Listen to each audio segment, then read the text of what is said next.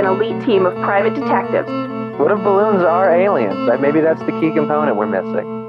Cover-ups. John's guilty. Mysteries that need to be solved. Maybe Mormons need mountains. Richard, shut up.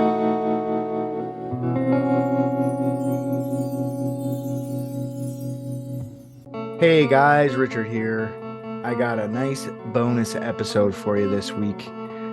It's not one of our episodes from Pockets, episode from another podcast called Michael and Jeremy Steal Your Podcast. And they are basically a podcast parody podcast where they take someone's podcast and they do an episode of it. And they've been doing all sorts of episodes. They do it every Monday. I made a little guest appearance on this, and I think it was pretty well done. A pretty good private dick steal.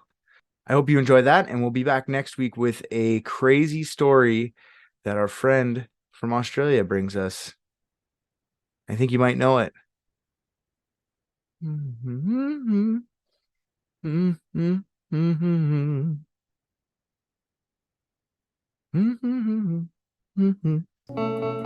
right, Jeremy. Yeah, so this is what we do now. Yeah, it's kind of it's a big switch. We just solve mysteries. I've always been a Humphrey Bogart fan. I know, he's so classy. I've already got I'm drinking beer. Do you think we're gonna get like some sexy lady in a red dress that's come in here with her husband's cheating on her? Well, then if it does happen, then I can tip my fedora ever so gently. I'm glad we bought the fedoras. It was a nice touch. Absolutely. Hello, is this place open? Yeah, you know what? I think we are. What can we do for you? Hello, Mike, I thought we just helped hot chicks in red dresses. No. Go ahead, sir. I like the signs, looking nice out there, and I own myself a private detective agency. In fact, I used to, and that's why I'm here. Uh-huh. This guy's trying to steal our secrets, Mike. Tell us more. I basically, I used to have the detective agency, then it was a podcast, and we have friends, and my friends are gone. I can't find my friends, and now I'm looking around for my office gone. Podcast you can't find it anywhere, and I see you guys pop up in the neighborhood. Michael and Jeremy steal a podcast. Mm-hmm. It's a crazy coincidence. Exactly. It's a weird coincidence. I don't know what to say. Jeremy didn't change the name of the sign. I didn't know what business we were starting. Well, let's see. The number one, do you have any evidence? Do you have any clues? I'll tell you what, we can find him for sure. Absolutely. Mike, I think we should just dive head deep into this. We'll just solve this. It'll be a never-ending case. Okay. Here's the clues that I have. There's cough syrup. A lot of empty cough syrup things left where I left the office, and those were already there. I mean, yeah. It smells weird where I left off too. Kind of smells like in here. Like, what kind of incense do you guys use? Whatever that is, it's the same kind of incense. Oh, you're coughing, are you? Mike, interesting. Mike, hide the pot. Fuck. Yeah, it's incense. No, we just moved into the landlord is going to be on that very soon. This is how it smelled when we moved in. After when was your podcast gone missing? Since 8:36 a.m. Eastern Standard Time. Well, we moved in here at 6:30. A couple hours before. So, what a crazy coincidence. We'll definitely find it. Yes, hand over all of your evidence and clues. And we'll get right on it. Here they are. It's the bag of beer cans, and hopefully, do you guys have any? Like, how much do I have to pay you? What's the price for something like this? We'll do it for free. Absolutely free. Huh. Unless we catch the guys who did it. Yeah, if you do, you gotta let me know because I want to give them a walloping. That's my life. They're messing. Yeah, with. I'd wallop them too. I mean, I could see you definitely have several guns on you. So Dirty Rodden's getting it. This guy's Canadian. He doesn't have any guns. Those are water guns, Mike. Are they water guns? A silly string. I came to Florida and I just figured, hey, when in Rome, buy as many guns as you can. So that's not a bad idea. I like this guy. Yeah, 17 so we'll guns. we'll take your. Yep, you look it looks heavy. Actually, we might need a couple of those guns to track these guys down. Sure, they're cheap here. You can have as many as you want. Which one do you want? Can I have the purple one? Mm-hmm. My favorite one. Oh, I don't want to take your favorite. I want it. I'll take the purple one. Okay. Don't worry, I got 3 purple ones. Well, then I'll take the second purple one. Perfect. Now we all have purple guns. Yay, let's shoot. Should we do the thing we should do and just shoot them all into the air? Yeah. Right now. Right inside your new shop. Yeah! Yeah.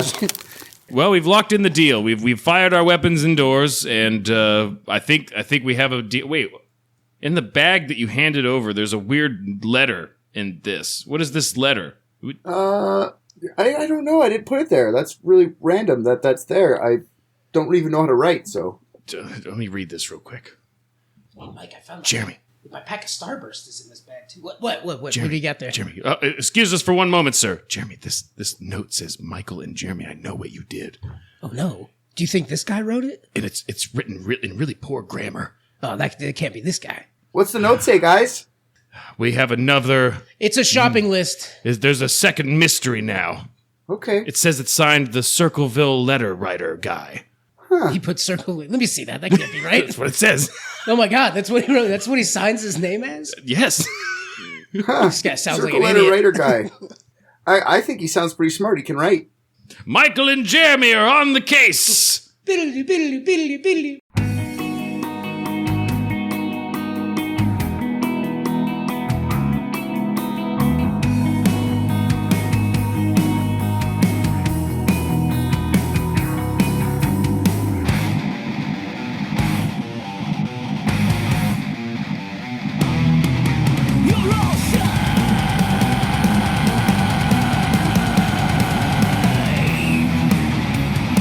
Welcome to Michael and Jeremy Still Your Podcast, where we do your podcast better, faster, stronger, and hornier. Hello, Jeremy. Hey, Mike. How are you today? I'm great. How are you doing? I have a mystery. We have a mystery to solve. Dude, we stole a mystery. We stole a mystery podcast, and therefore also a mystery. It just kind of happened. It all came together. So, the mystery, Jeremy, the Circleville letter writer guy, as he's known in the news. Is that his official title? Yeah. I don't believe you. That's exactly what it is. I don't believe The you. Circleville writer man. The writer man. The writer guy. All right. Allegedly. The gender was never officially known, but they for whatever reason they called it a man, which we'll get into it, but one of the things is the letter writer also would talk about how they were the boyfriend of this lady, which leads people to believe that it's the opposite. That it's a lady and not a man. All right. Well, hit me with it. All right. So just to kind of give you an understanding, so the Circleville letters. So Circleville is a town in Ohio. Go Cincinnati Melonheads, right? A man named Daniel Dresbach founded the community of Circleville along the Scioto River in 1810. The town received its name from a circular earthworks that the Hopewell culture of pre-contact American Indians had constructed in the area, although urban development has destroyed many of these original mounds. So they call themselves Circleville because there's circles in town? It's very clever. And they don't even have those circles anymore. They've been disrupted by humanity. There used to be circles here. This is why it's called Circleville. Right. All right. The city itself is best known as the host of the Circleville Pumpkin Show. So there's not a lot of going on in Circleville. They've been doing that since 1903, Jeremy. All right. Pumpkins are not actually melons, Jeremy. Why are we talking about pumpkin? However, they are related. They both belong to the cute. I even wrote it out phonetically so I could pronounce it. Cucurbitaceae. Cucurbitaceae family of the melon family. So this means that melons belong to the same category as cucumbers, watermelons, cantaloupes, honeydews, and limes. What does that have to do with the Circleville letter writer? It's information we need, Jeremy. Oh, okay. We need to know everything about this Circleville Okay, and pumpkins. So pumpkins and melons are related. Yes, they are related. So go Cincinnati Melonheads. All right, anyway. So these letters started popping up, Jeremy, in like 1976, okay? Sick. And this continued on. This person, this individual was writing these letters to these townsfolk for like 20 years, okay? 20 years this person was just writing these crazy letters. And when I mean crazy letters, They were always postmarked. That's not crazy. They were postmarked from Columbus. That's not crazy.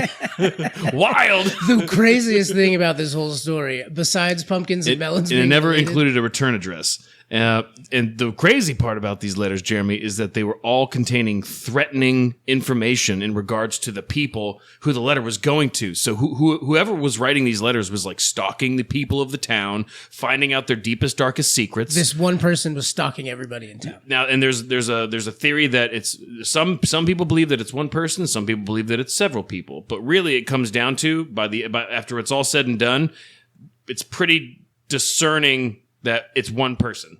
Based on all the evidence over 20 years, it's one person writing these letters. That sounds to me, right, that it would be multiple people, probably teenagers, who have dirt on people because they live in the town.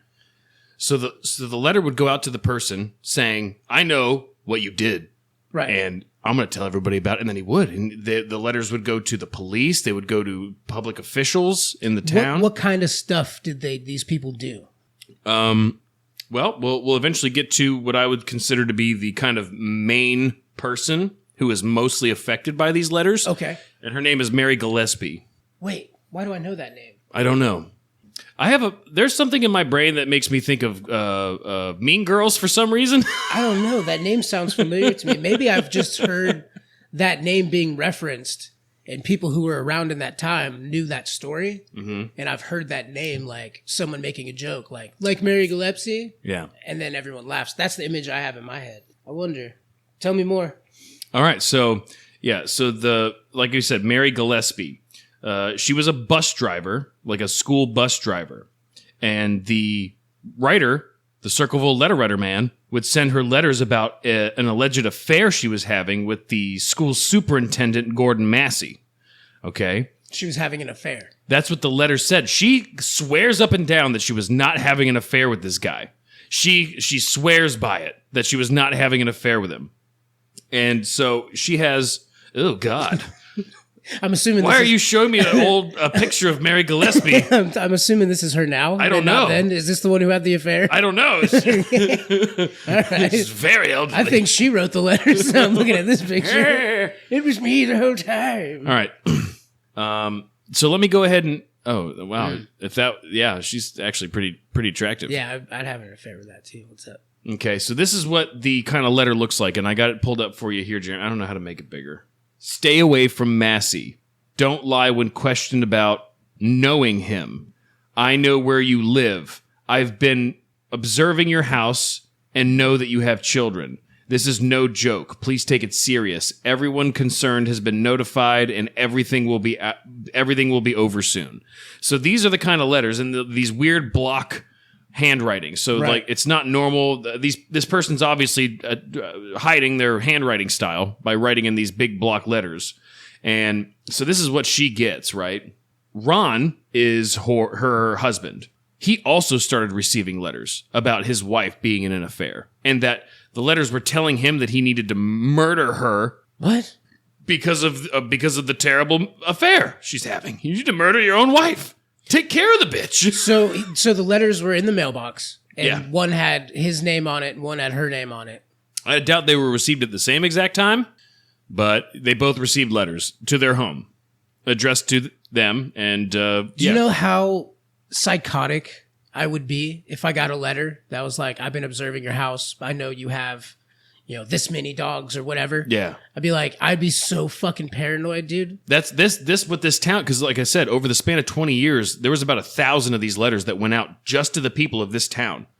I'd be going outside. Nowhere else. Dude, I'd be going outside and giving my dog the kill order, and she'd be losing her mind and run around barking. I'd patrol my house with a shotgun. After a few years, would you just be like, hey, what's your letters say? I got mine yesterday. Hey, this guy really doesn't have a life, huh? So sometimes I just jerk off in the window. All this observing, he didn't know we were swingers.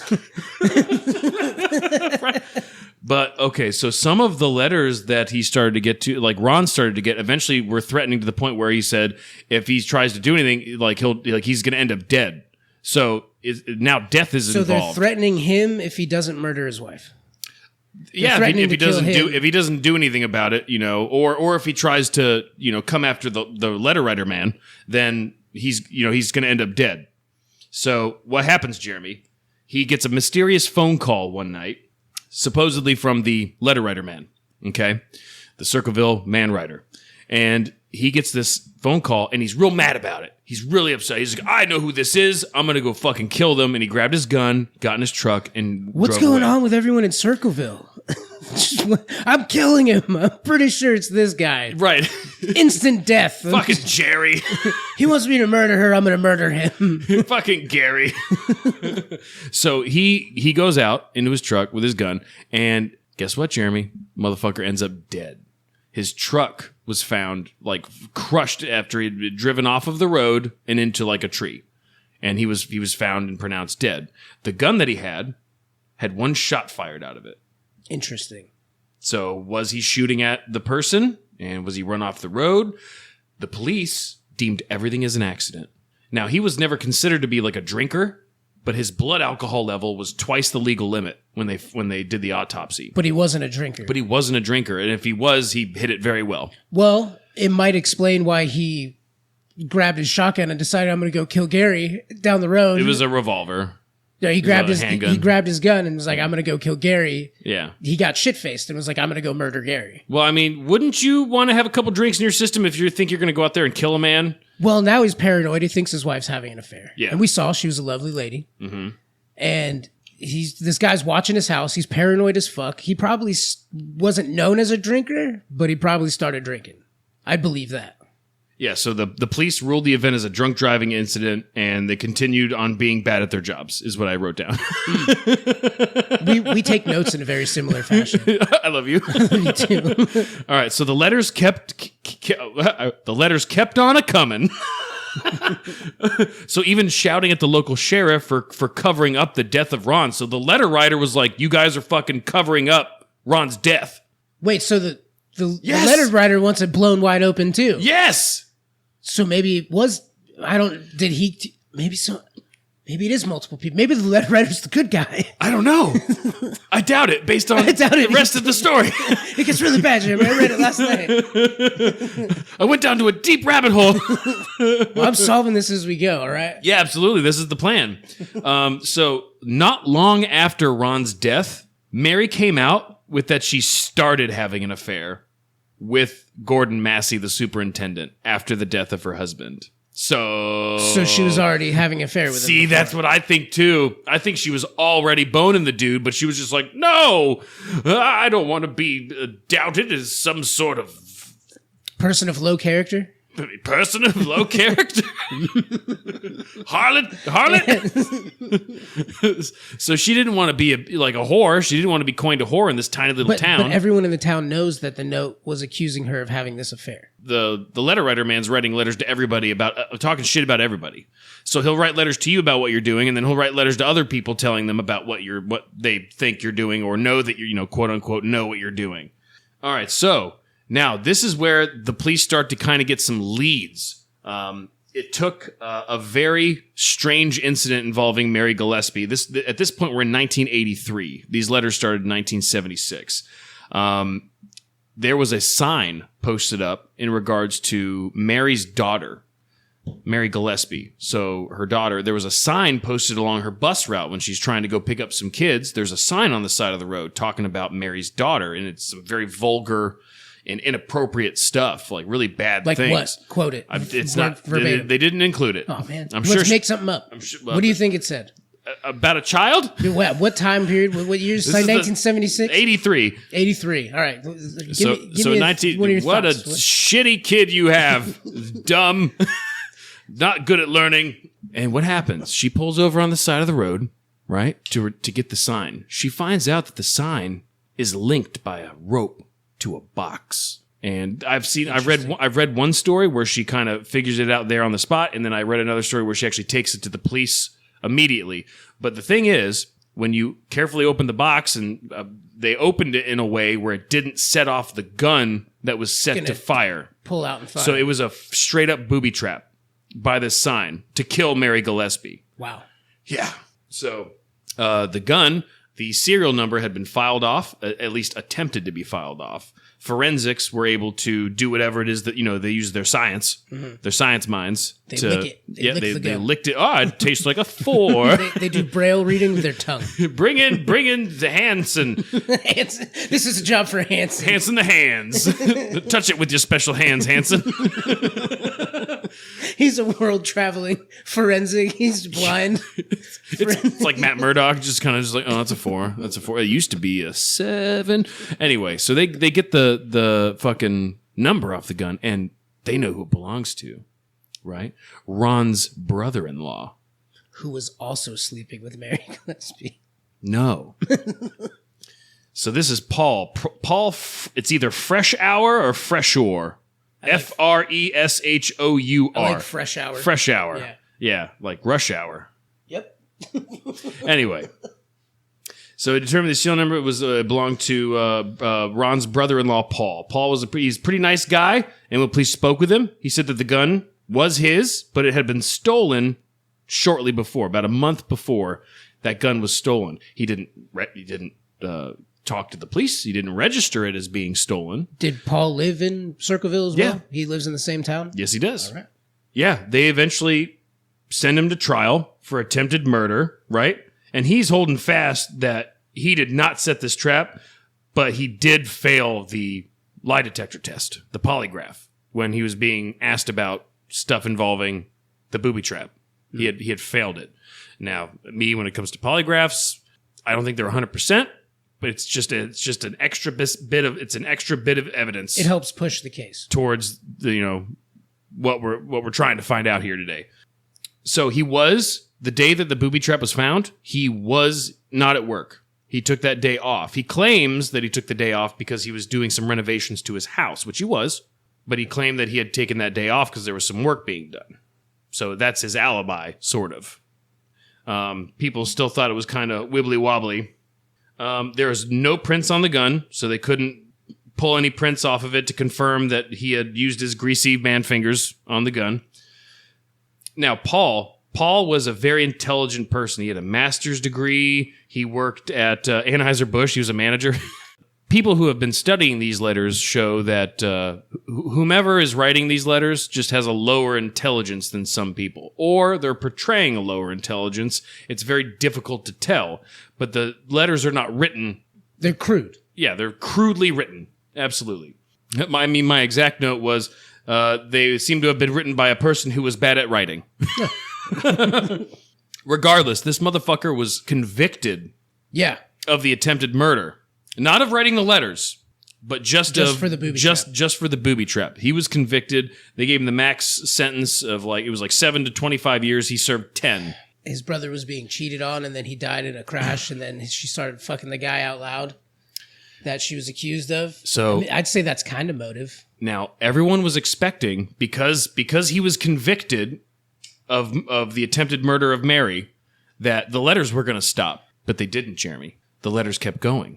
And the sheriff still said, well, he's somehow he's smuggling me out of prison. And then the warden's like, no, that's impossible. We have him in solitary. He doesn't have paper. He doesn't have pencils. He doesn't have access of getting anything out of there. He's like, impossible, 100% impossible that he could be writing these letters. He also started receiving the letters in prison from the Circleville letter writer man. Wow. Yeah. So he started receiving letters. Let me read that one, Jeremy. This is wild. Isn't it crazy? Yeah, it's pretty wild. All right, so this one says, Fresh Hour. Now, when are you going to believe you aren't getting out of there? I told you 2 years ago. When we set them up, they stay set up. Don't you listen at all? No one wants you out. No one. The joke is on you. Ha. Ha. Tell no one of this. Letter. I saw the paper. Great news. Great. Great news. Great. I wouldn't say that. The sheriff loved it. Ha ha. Do you believe it now? Do you? Folks. Sad. Was it sad? Ugh, gross. Anyway, so that's the letter that he received while in prison, and he just the whole time, I didn't fucking do this. I didn't write these letters. I didn't try to kill Mary. It thickens more, Jeremy. Paul was estranged from his wife, Karen Sue. Yes, Karen. There's a Karen in the picture now. Karen Sue Fresh Hour. So she starts to become a person of interest. So they were separated. He got custody of the kids. He got a much better financial situation out of the divorce. You know, she's a little bit of a bitch. So he got a much better situation coming out of the divorce, like I said. She is the one who was telling the police when he was being investigated that she found some letters. She was labeling him to the police as the Circleville letter writer man because she found these letters. She found one in the commode, as it said. And then she found some hidden in the bedroom. Now, these letters were never, ever seen. She never presented these letters to the police, but she just said that she saw them. Oh, she's trying to get her kids back. Yeah. So even during the case with Paul, writing experts, some of the writing experts said that they thought it was him. Some of them said that they didn't think it was him. And then some speculated that it could be several people. Now, new evidence suggests that it was a single writer. Up until recently, there was somebody, this is fairly within the last like several years, there was another writing expert that took a look at it and saying like the 6s look like G's, and that actually could possibly link it to Paul because he did some similar stuff with his G's. But that's the closest it's ever come to trying to put him to the murders or to the letters. But again, the letters kept going. He wasn't writing them, and he was even receiving them in prison. Unsolved Mysteries actually wanted to cover the case while it was actively happening. This was back in the, I forget what year, but they started to cover, and then Unsolved Mysteries got a letter from the Circleville letter writer man saying to not come, don't fucking cover this shit, you weird psycho people. It's just someone on the crew of Unsolved Mysteries wrote a letter so they could promote the episode. Wait, that one's... Oh, this is it. Okay, so this is the letter that they had written to Unsolved Mysteries. It says, forget Circleville, Ohio. Do nothing to hurt Sheriff Radcliffe. If you come to Ohio, you L sickos will pay. The Circleville letter writer man. It says the Circleville writer. Man. It doesn't say man or Letter. person or guy or dude. So the Circleville letter writer man still writing letters. Now, the letters eventually stopped in 1994, the moment that Paul got out of prison. When Paul got out, the letter stopped. From 1976 to 1994, just under 20 years. Wow. This is the thing. I don't think it was him, because if anything, the moment he gets out of prison, there's going to be more. He wrote letters the whole time he was in prison. You know, why would he stop writing? He's been doing it for almost 20 years. Why would he stop? Yeah. Now, this is the thing. If he finally spends 10 years in prison, he's like, you know what? I'm done writing these dumb, stupid letters. My hand hurts. I don't want to write these dumb letters anymore. There's no way. They'd definitely be able to tell how he was getting... They'd have people watching him all the time. Yeah, he was in solitary. The warden says impossible. No one in this town was like, I'm gonna steady watch my mailbox. No, they were sent by the mailman. They even tried to they got the USPS involved. They got the postal service involved on trying to catch who's sending these letters. There's no return address, and they're always coming from Columbus, Ohio. They actually, the FBI didn't really want anything to do with it. The FBI didn't want to touch this case. They just said it was like small potatoes, I guess. Oh, he's talking to people with letters. You know, that's a God-given right, write letters to people. Unless you killed Paul, or he's supporting the postal service. Unless he killed that's Ron. an American establishment. So going into this Karen, so Paul, he was estranged from his wife, Karen, and then she found those letters. She didn't keep them. She was always immediate to incriminate Paul at every turn. Paul was early in the investigation, gave full searching rights to the police. They search my house, search my car, do whatever it is you need to do. He was very open with having them search everything when they didn't find anything. So I don't know if that's because he knew that he was really good at hiding stuff, or he was in fact innocent, and he's like, there's nothing here for you to find. But even in that point, I'd be kind of worried that something got planted, in all honesty. I wouldn't be so nonchalant to be like, go ahead and look, find the incriminating evidence that I don't know is there. Yeah, if this person was smart enough to steal my gun a month before he did this shit and all that. Also, the box that contained the gun in the booby trap was a tin box that was easily found at Anheuser-Busch, the place that he works. So that type of tin box it may have been used to ship some sort of product to the warehouse. Yeah. And so that type of tin box was everywhere at the where he worked. So he had access to that type of tin box. So if he was set up, they did a really fucking good job setting him up. Later, is that town? You said he was the head of Anheuser-Busch. He was a manager. Some manager. I wonder if this sounds like a small town. It is. I wonder if that's most of the jobs. Towns that are built Around like a plant? big plant. Yeah. Like everyone, there's a Georgia Pacific paper plant. Mm-hmm. They built towns and stuff around paper plants. And that's all the families, all the husbands work there. Yeah. And, you know, Right. the towns are actually pretty cool. If you've ever been to one, No. like a big, huge paper plant. I mean, not for long. I built a roof on a Georgia Pacific. And yeah, everyone's family worked at that place. They all knew each other. There was one restaurant. There was one gas station. And everyone had huge plots of land with really nice houses. Oh, wow. Everyone when we would pull up to the plant, all the cars in the parking lot were nice. Like nice trucks and stuff. That's cool. Yeah, hazelnut farms everywhere. And like everyone was super cool. They were Yeah. happy. That's awesome. But that's Let's the thing. Everyone knows each other in those small towns. There's They all work together, know each other somehow. right. Yeah, it's very tight knit, and Yeah. this city was, or this town was very much like that. So everyone knew each other, which is why this was very tough for everyone to get all these letters, because everyone knows what the letters are. Everyone knows who each letter's talking about. They know that person.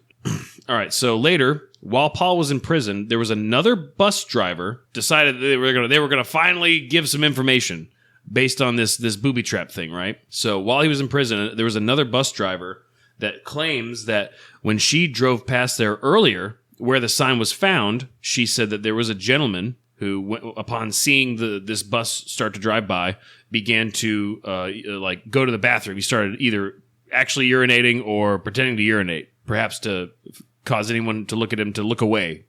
And he was standing next to an El Camino. Okay. Now, the description of this man did not match Paul. You know, Paul had very dark hair. This dude has like sandy, lighter colored hair. I think there was a big height difference, things like that. Now, she did say that description matched the new boy toy of Karen, the estranged wife of Paul. And Karen's brother also drove an El Camino. Interesting. Yeah. What's this guy's name? The boy toy? Yeah. I just call him boy toy. Yeah, dude, that's pretty interesting because it sounds like they had money, right? These families, this family. I actually don't know if they were well off or not. You said he had a better financial situation. This other guy's a manager. He was a manager at Anheuser-Busch. Anheuser-Busch makes a lot of money. Well, I think fucking boy toy, if these guys have any type of money, Karen's trying to find a way to get her kids and all that money and house and all that stuff back. Yeah. Fucking start driving. But that's a lot of fucking commitment to do it for 20 years. I mean, if you got what you... Unless... And remember, these letters started like years before Ron... Mary and Ron. And then the attempted murder was about 5 years after the letters even started. And during that time, a lot of letters went out. Like I said, there was about 1,000 letters confirmed that went out in this almost 20-year time span to these people in this town.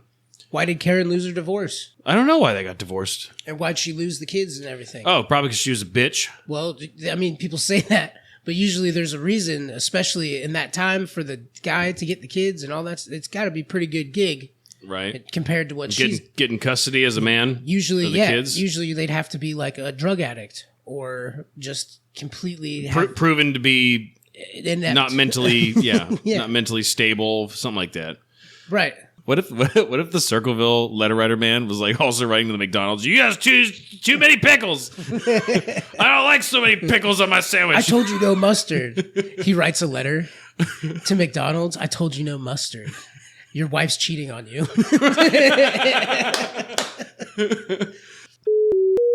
Hello.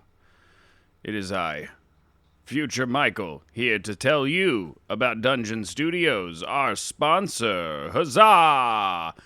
Do you want to go have fun with your friends or strangers, but don't want to go to an orgy? Well, you could go to dungeonstudios.co and download some D&D modules. You can learn how to play D&D and run a campaign for those people. They don't know how to play? That's fine. You learn how to do it and get those bitches in with you. And then they can come up with these great characters and you can take them on these wonderful adventures that are already pre-written and ready to rumble. Ready to go. You don't even need to think about it. On their website's the Eneron Chronicles. It's a webzine. Yeah, go to their Facebook page. They're always posting about funny D&D related things. It's a fun thing to have in your feed. The algorithm, technology, D&D. Get some math rocks. Go throw them at the sky until they land on numbers that will allow you and your character to do amazing things. The song Sheep, which we use as our theme song, brought to you by the band Lydia Can't Breathe. Check them out. They're great. Goodbye. Another writing expert from the FBI. This is like a retired person. This isn't the actual FBI being assigned the case. This is somebody that used to work at the FBI and then was able to take a look at these letters and kind of make like a new, bright eye assessment of it all. And they said that they believed that it was most likely a female due to the number of grammatical errors. Their words, not mine. Well, that kind of fits someone that might be not the best mom, right? Yeah. Maybe she's a total kook. Now, my understanding also is the kids, Paul and Karen's kids, I think they either got to choose or something like that, but the son liked the mom more, okay? And his name was Mark. So Mark, the son, Paul supposedly had told a friend that he believed, and this was like not to the police, this was like to a friend, and then eventually the friend was like, Paul said this thing one time.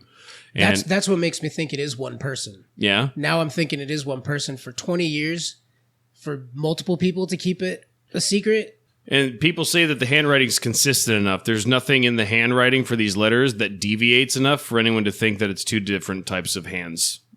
Someone fucking spills the beans, dude. Like, it's definitely not Hanson, Yeah. He's not writing the letters. No. He's solving crimes with his beautiful magic hands. Fingers, tongue. Well, Let me get a little taste of that. so Paul spoke with a friend, and the friend said that Paul had said that he believed that it was Mark, their son, that stole his gun, right? Oh. And then gave it to his mother to frame him. So we finally find out based on Paul, what his theory is with what he knows. And he thinks that his son, his young son, stole the gun and then gave it to Karen to set up the booby trap and then frame Paul. He was just not someone who was ever going to incriminate his own son. Maybe not. That even more interesting is if none of them are the letter writer at all, right? Right. They just are in this. And that very well could be true, Jeremy. They're just using that to murder the person right. and set up. Yeah, they're like, let's send this guy to prison. So what if the letter writer got what he wanted, and that was to produce chaos? Like, when you have these kind of letters and you're sending them to all these people and they say all these crazy fucking things, people start eating each other alive, What if that was the goal? I mean, we say it's chaos. Maybe he thought he was doing a duty. Like, everyone should stop hiding and living these private lives. Like, you're all monsters. Yeah. And I'm going to tell everyone. Come out into the light, you monster. Yeah, I know you didn't return your shopping cart. Oh, now you say you're fucking the dude that I said you were already fucking. I see how it is. In 2002, Mark, the son, he was found dead. 22? In 2002. Oh, 2002. Mark was discovered. He was found dead floating in the Scioto River. He had a bullet wound in his head. Karen later said that he was suffering from depression real bad.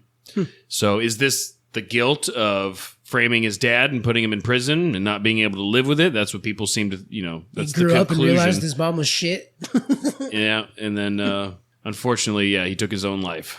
And then when Paul, after 10 years of being in prison, when he finally gets out, the letters are no more, Paul goes straight to the FBI to try and get like a full-blown investigation going because he's done his time for the thing he didn't commit, in his own words. He didn't do this alleged thing, but he served his fucking time. He lost 10 years of his life, and he wanted to go to the FBI to have them really dig and find out who was writing these letters. At this point, the booby trap thing, fucking over. It's over and done with. He was convicted of it, blah, blah, blah. But he wants to find out who's been writing these fucking letters, right? And he goes to the FBI, and so the FBI told him, "Fuck you, that's small potatoes." And then so that same person from the FBI who retired from the FBI, so they have FBI brains in their heads. They are looking over these letters, and that's when they kind of say they believe that the letters was a woman, mostly because in one of the letters it would said that they were the boyfriend of this lady, which made them think that it was a woman trying to make it so that way leads people to believe that they're not a woman. So a couple of different people for a couple different reasons think that a lady is writing these. And you know what? Maybe it was Mary Gillespie, dude. My first thought. Ladies love to gossip. Maybe it was the chick. She wanted her husband out of the picture. They love that hot goss. So is there what's the most recent, they haven't pointed to anything? When I Googled it while we were sitting here, it was like 2022, new information. We are by far not the first podcast to cover this story, Jeremy. There's some very big ones that have covered this story. Actually, being able to talk to some of these people and really kind of break into it. So in the end, people really think that the booby trap was thought to have been a setup, something that Paul and his super brains would most likely not have done to incriminate himself. So based on Paul's intellect, no one looking at this thinks that he would be stupid enough to use his own fucking gun. I think Paul's innocent. I'd go with that. So Paul's innocent. Yeah, I'd at least put him at the bottom of the totem pole. Mark that's interesting. He sounded kind of like a lady. He might have had lady's handwriting, You think the son Yeah. may have been setting up his own dad? I mean, Maybe he was upset that he got 1922. He liked his mom a little. He liked his mom a little bit more. Did you see 1922? Is it a movie? Yeah, it's No. a Stephen King book. No. The dad convinces. Well, it's an old movie. It's older, so I can spoil it. Okay. The dad, the mom has all this land from her dad dying, and it's right next to her husband's land. And she's like, "We're gonna sell this land and move to the city." And he's like, "Son, help me kill your mom, so we have all of the land." And the son does help him kill the mom. Shit. And it's also got horror stuff in it too. Yeah. But the son ends up pretty much losing it, and he runs away, and all this bad shit happens. He starts robbing places and stealing shit. Mm-hmm. And Bonnie and Clyde with his chick, and then bad shit happens to them. Oh. So Mark probably did all that stuff and was like, "Fuck, man, why did I do that? I was just a child." That would probably also explain the grammar. It's a young boy, Yeah. right? Mm-hmm. He's not as learned as an older college-educated man. He's probably psycho, a little psycho. They call it depression. He's probably a little fucked up. I'm curious because he had taken his life in 2002, so there wouldn't be a correlation between the letter stopping at 94 and his suicide. So it's not like because that would have been a big thing. Like if Mark outed himself, he said whoopsie boo boo bye bye, and then the letter stopped, then it would be like, oh, well, that's a pretty big coincidence. Well, if you're Mark and your dad finally gets out of prison, why would that prompt you to stop doing the letters? And you're continuing the letters the whole time he's What in. if, because he knows his dad's getting out of prison, he knows, and what did Paul immediately do? He tries to go to the FBI to try and get the thing blown wide open. They said, "Fuck you," but Mark may have known that Paul was going to light a fire into someone's ass to try and find out who these letter writers were, and then would actually maybe find him at some point, and then maybe he stopped.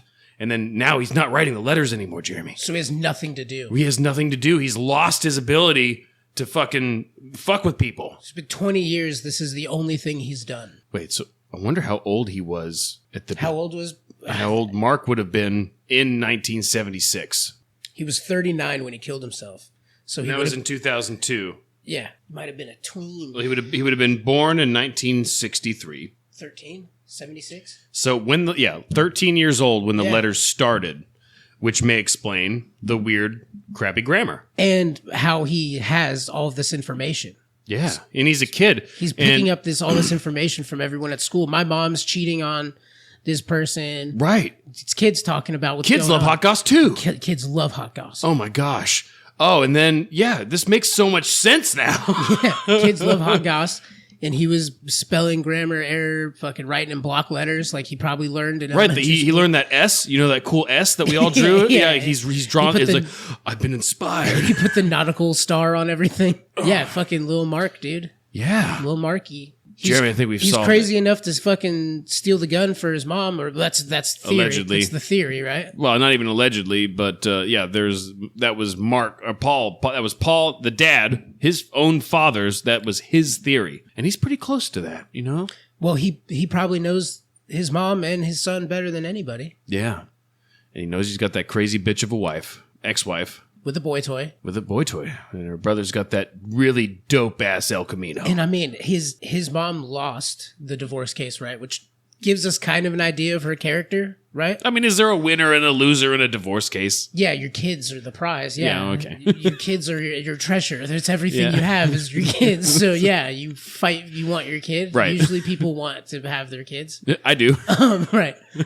So her losing that case tells me a little bit about who she is. Maybe not. You can't. It's not 100%, but you could take a stab at it. Do you think Karen was helping Mark write the letters? Well, so she said she found a bunch of them, right?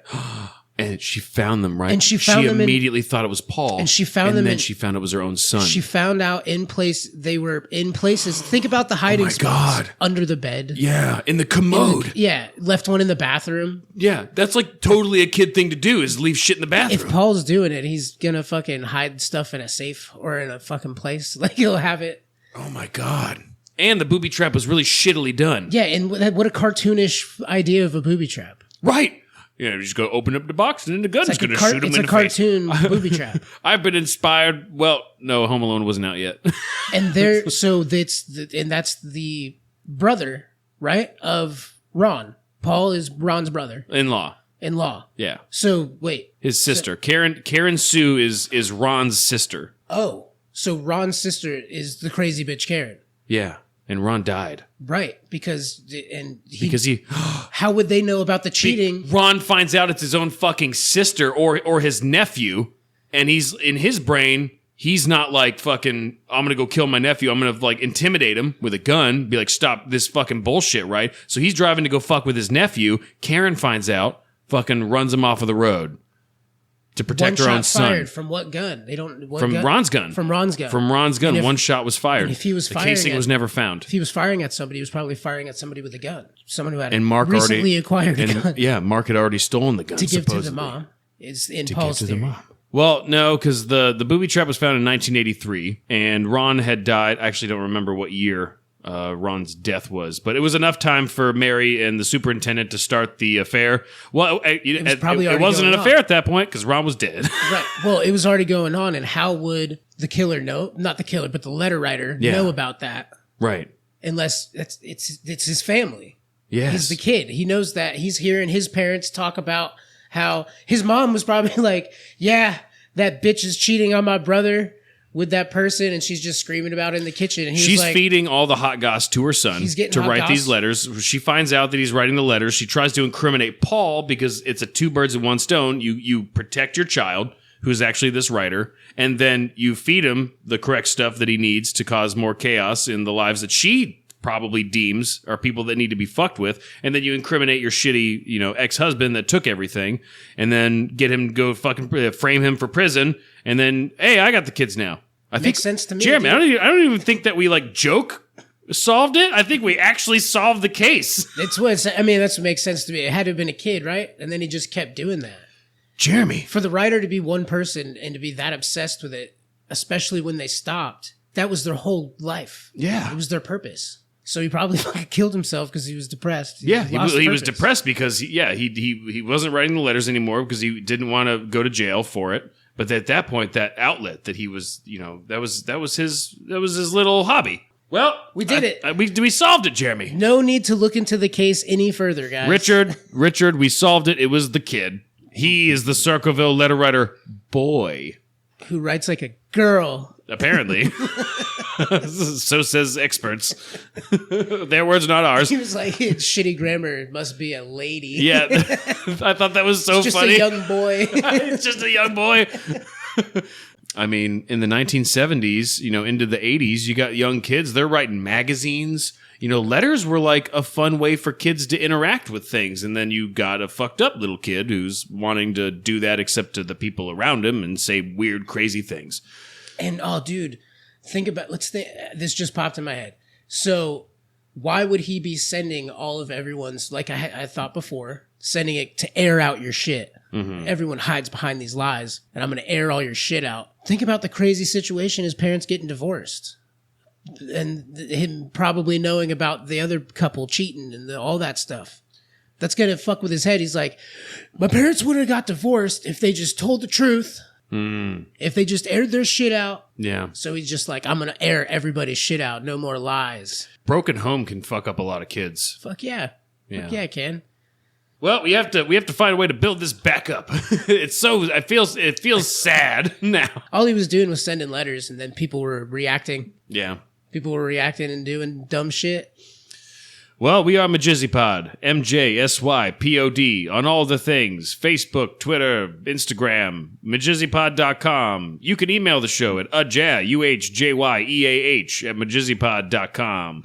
And if you have a podcast that you want us to steal, you can always use the hashtag I put the money under the rock by 9595 the numbers. Jeremy loves it. So long. It's long and No beautiful. one's gonna do it. I'm not changing it. I know you. I'm never gonna change it. If you have a podcast and you want us to steal it, hit us up. You got our email.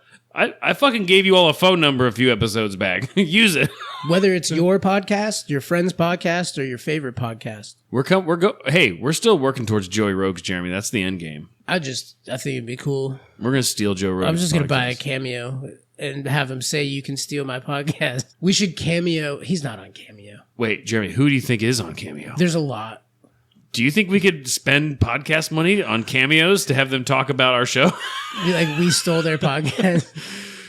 Hello, I'm Tom Hanks. Michael and Jeremy have stolen my epic podcast. Please don't. Philadelphia is a biopic. Biopic. Regis Philbin. Michael and Jeremy, no, don't steal my podcast. Is he alive? No. Did he die? Yes. Oh, who took over the show? He died at the same time the lid of... Circumville. It was fucking It was Regis Philbin. It was Regis filming the whole time. Damn it, Kelly. I bet she knew, too. I'm gonna fuck with these people. Fuck you, Mary. Cheating on your husband. All right, so we have been joined today by Richard, who has a podcast which we have stolen, which is Private Dicks. Yes, it So is. tell us about it. Tell us about the adventure through podcasting you've had with this show. Very nice to be on the show, by the way. I very much appreciate you guys stealing this. I love the idea for the show, and I have utmost respect for you guys going around stealing shit. So good job. Thanks, man. We've gotten pretty good at it. Yeah. I can see that. I heard that, you know. I didn't even have a clue it was you guys were stealing the podcast till the end, you know, till just now.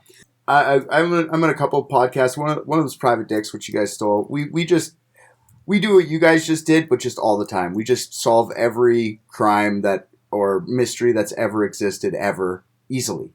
It takes about an hour and a half. People have been working on these for decades, and I don't know why people can't figure this stuff out. It's not that hard. It just takes time to get to them, you know? Yeah, you guys just bust them out. And I mean, like, guys, I'm pretty sure you've got medals from the city.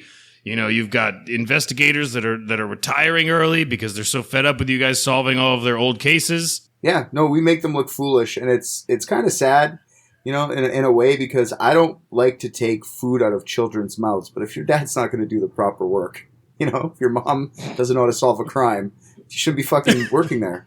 Go somewhere else. That's exactly my point as well, that I've been making for years. If you can't do your job, don't do your job. Exactly.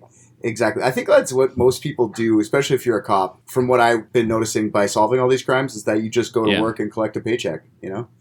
So, like, I don't know how to conduct surgery. I'm never going to go into a hospital and try to conduct surgery on somebody. I'd give it a whirl. Oh, you would? I mean, it depends on the situation. Just try it once. brain surgery can't be that hard. It's like sitting in on a college class. Yeah. Just scoot over. Let me get in there. That's just basically the theme of the show. We just do an improv thing at the beginning. Then I go through the case. We highly scripted, highly edited case, and then we just do like an outro where we solve it in our own fun way. Usually ends up with like a where dingo did it, or like something ridiculous like that. Yeah. Well, so where dingoes are really the cause of a lot of these problems. Yeah, for sure. Lycanthropy's running rampant. Wow. I had no idea. Yeah. This is the jackrabbit. The jackalope. So, yeah, Jackalope. The jackalope. Yeah, it's me and two other Richards. That's why it's called Private Dicks, and we just met on the internet through podcasting, and we have a good time doing it. We're about 50 episodes in by the time this comes out. I'm guessing. I think we're 48. I have to edit this by Monday. It's going out Monday. So it'll be 48. That's it. Okay. That's fine. Yeah, so I'm like I said, I'm super pumped to be here. I guest on all sorts of podcasts, and this is one of the funnest ideas that I've been on. So I'm happy to. I have another podcast too that I'm not going to spoil. We'll do that one another time, which will be fun. I would love to. I'd love to get a twofer. Yeah, we'll get the girls. If I could steal multiple podcasts off one person, that's the dream, Jeremy. That's the heist. That's the fucking bank heist, dude. Yeah, no, that's the other one's with me and a bunch of girls, and they're very funny and from all over the world. So it's an interesting one, and they're more likely to come on with me, not just me. They're more likely to come with all of us. Nice, an orgy. I like it. Yes, yes. Really getting sexual fast. So where can people find your show? Anywhere you get podcasts. You can go to TikTok on Private Dick Talk, and that we have our videos going up there for if you want to just watch. What a clips. dangerous search. Mm-hmm. Yeah. It's Private Dicks Talk. Sorry, DIX Talk. So it's not. There's no CK, so they didn't ban me. XXX. Yeah, Private Dicks Talks. Yeah, TikTok is basically that, eh? I bet you that people are just thinking it's like gonna be me trying to figure out clever ways to show my cock behind like a wall, you know? So it's not. It was just. It's a silhouette in the back of the room on the wall the whole time. I've been seeing those. Have you seen like the women? What they'll do is they'll get these like see-through dresses, and then they'll have a light behind them, and then when they pan back and forth, you'll see like their giant vagina lips just dangling below their body. Yeah, no, that's what I'm saying. I do stand up too. I'm a comic, and I've been talking about a lot how there's no middle ground for porn anymore. And then I got on TikTok, and I'm like, oh, okay, it's the Cinemax now. TikTok's just Cinemax. Like, that's what it is for the kids. Channel 88 for us. Where do you do stand-up at? Just Ontario. Like, not much around. Where I live in the middle of nowhere. I live, like... The wilderness. He says that, but I've done outdoor wilderness shows often. I live in the middle of nowhere. I live, like, North Ontario, like 8 hours north of Ontario, in a little place called Timmins. So the big city is 4 hours away, and when I say big city, I mean it's like less than 100,000, and then like Toronto's like the actual big city, that's like 8-9 hours away. So we have homeless camps with more people in them. for sure, 100%. So as a Canadian, Tim Hortons, yay or nay? Yay, for sure. You're pro Tim Hortons? I love me some Tim Hortons. I went one time, and I didn't get the what are they called? The donut holes. I didn't get the donuts. Donut balls. I got a Timbits. Yeah, the Timbits. I didn't get those. I got a sandwich. I was like, this sucks. And then when I was telling my brothers about it, they're like, yeah, because you're supposed to get the Timbits. You idiot. You got a fucking tuna salad sandwich? I got a. Why the fuck would you get that from Tim Hortons? It's like a ham sandwich. It was all mayonnaise. I was like, what Jeremy, the they don't fuck even is sell this? that. They're just polite Canadians, and they went and fucking got you one from the gas station. Fucking American. We sell When I went donuts. to college in Toronto, and there's a dude from New York that came to the same college, and he went to I brought him to the first time at Tim Hortons. He's like, this place is the best place. You can get donut holes, you can get sandwiches, you can get anything you want. I'm like, I don't know, man. It's good for like a coffee, but chill out on this is the best place ever. So I'm glad you experienced the sandwich. Yeah. Or hot cocoa? Yeah, I tried the sandwich. Yeah. I was like, it's too late. I don't want to eat a bunch of donuts. You get this sandwich. It was all mayonnaise. It's disgusting. Fucking Tim Hortons. Well, we really appreciate you coming on the show, Richard, and we're really excited to have you, and we're just joyous. And it's been great. Our favorite part about this is collaborating with people. We love working with people, making things.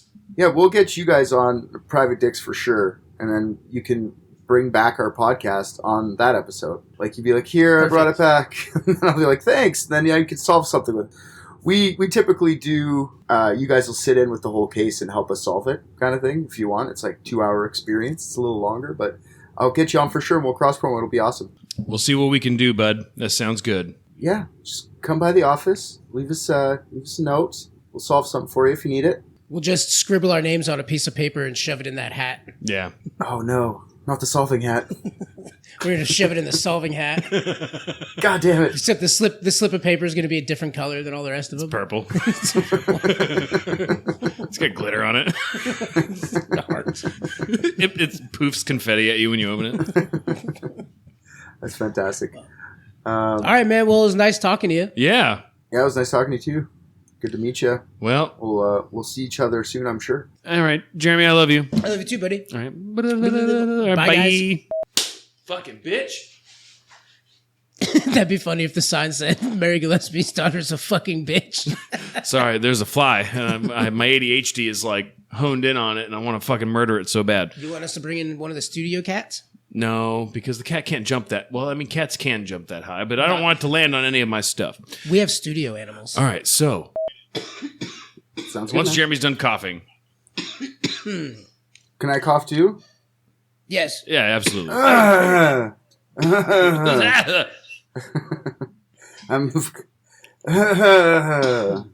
It's weird coughing. I'm a sympathetic cougher. The more you cough, it makes me want to cough. He was going. I didn't say he wasn't making my dick hard. He was moaning. That's a Canadian cough, brother. Oh, is it? Okay, my apologies. Sorry. You just walk into a Canadian hospital. It's just hallways and people just going.